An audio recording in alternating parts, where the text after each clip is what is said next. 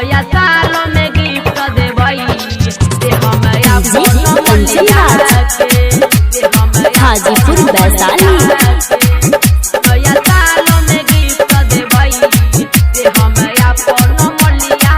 के नया साल में गिफ्ट देबई रे हम अपन मलिया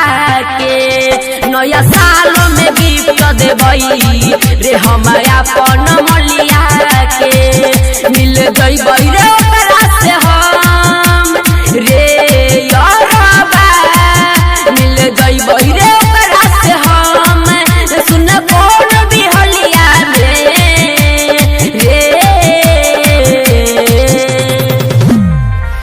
नया साल में गिफ्ट देबई रे हम अपन मलिया के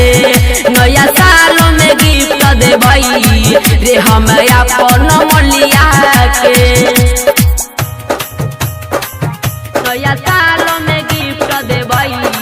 रे हम अपन मलिया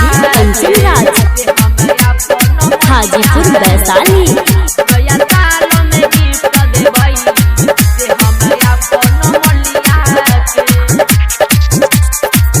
देबई ग्रीटिंग कार्ड हम ओकरा हाथ में ले जइबई घुमाबे रे यारबा अपने रे साथ में देबई ग्रीटिंग कार्ड हम ओकरा हाथ में ले जइबई घुमाबे रे यारबा अपने रे साथ में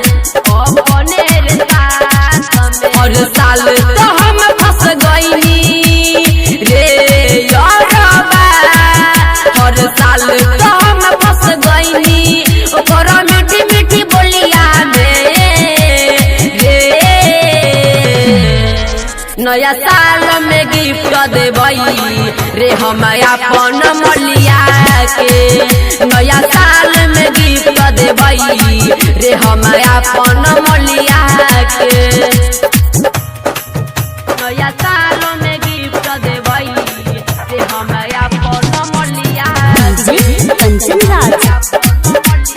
हाजीपुर वैशाली।